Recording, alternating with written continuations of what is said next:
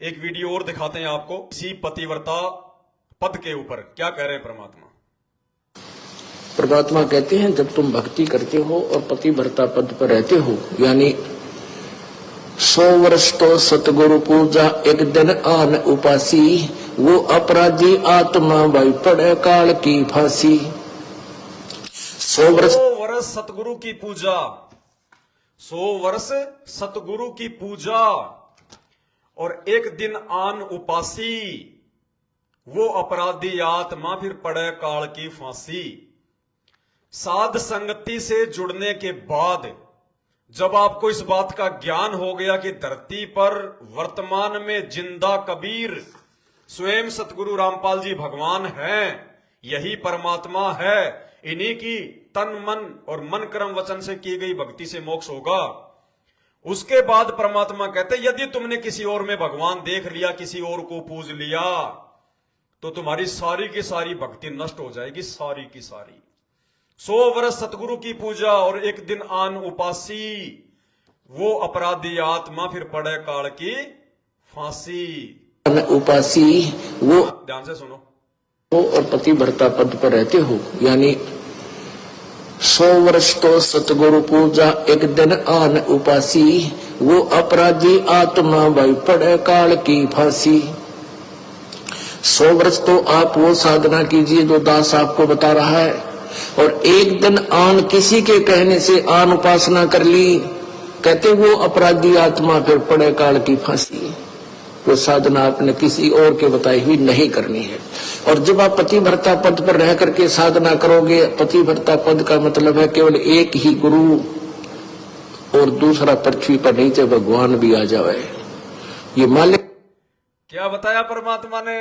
भाई और बहनों, इतने गहरे गहरे प्रमाण, इतने गहरे गहरे सबूत परमात्मा ने अपने सत्संगों में दे रखे हैं। किसी की बुद्धि नहीं खुल रही, ये साध संगति से परमात्मा उजागर करवा रहे हैं। साध संगति से क्या कह रहे हैं परमात्मा।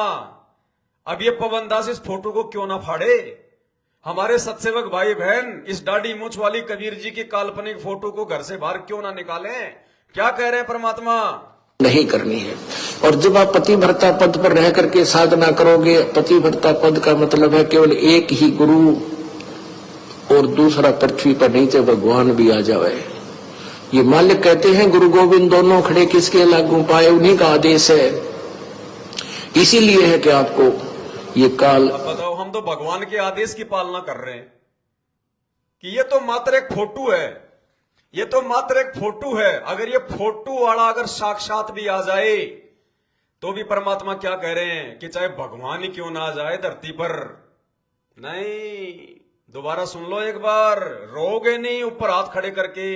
सतलोक आश्रम मैनेजमेंट हरियाणा वालों, रोगे ऊपर हाथ करके अगर इस फोटो को तुमने समय रहते अपने घर से और दरबार से बाहर नहीं निकाला तो। गुरुदेव का आदेश मान लो।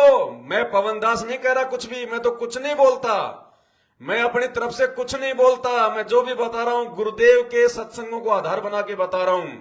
अगर तुम अपने गुरुजी की बात भी नहीं मानोगे तो नालायक हो, तुम काहे के गुरु भगत हो, तुम तो गुरु विमुख हो, गुरु विमुख है।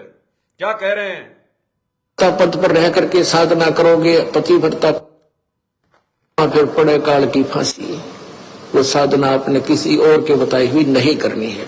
और जब आप पतिव्रता पद पर रह करके साधना करोगे, पतिव्रता पद का मतलब है केवल एक ही गुरु और दूसरा पृथ्वी पर नीचे भगवान भी आ जाए। ये मालिक कहते हैं गुरु गोविंद दोनों खड़े किसके लागू पाए, उन्हीं का आदेश है। इसीलिए है कि आपको ये काल और अपने दूतों के द्वारा हमारे रास्ते से भ्रष्ट कर देता है। फिर कुछ दिन आपका पुण्य आपके साथ होता है, वो पहले किया हुआ जो तो इसी प्रकार सतलोक आश्रम मैनेजमेंट हरियाणा वालों के साथ केवल उनके पुण्य चल रहे हैं, पुण्य भक्ति नहीं चल रही, क्योंकि मर्यादा सबकी टूटी हुई है, गुरु का आशीर्वाद किसी पर नहीं है। केवल साध संगति से जुड़कर और साध संगति से जुड़ने के बाद भी पूर्णतया 100% गुरु जी का पक्का भगत बनकर, सत सेवक बनकर, हर एक मर्यादा में रहकर जो भक्ति करेगा अंतिम श्वास तक, वही आत्मा सतलोक का दरवाजा इस कलयुग की बिचली पीढ़ी में देख पाएगी।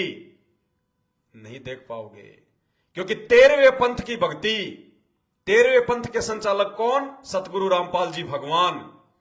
13वें पंथ की यथार्थ भक्ति केवल साध संगति में है और कहीं नहीं है। सतलोक आश्रम मैनेजमेंट हरियाणा के आश्रमों में 12वें पंथ की भक्ति होती है, 12वें पंथ की। अरे कॉमन सेंस की बात है, विचार करो। 13वें पंथ के संचालक कौन है? 13वें पंथ के संचालक कौन? आप कहोगे जी सतगुरु रामपाल जी हैं। 13वें पंथ का भगवान कौन? आप कहोगे जी सतगुरु रामपाल जी हैं। इन्होंने तो 13वां पंथ चलाया है और यही 13वें पंथ के संचालक हैं। और 12वें पंथ का भगवान कौन? ये 12वें पंथ का संचालक कौन?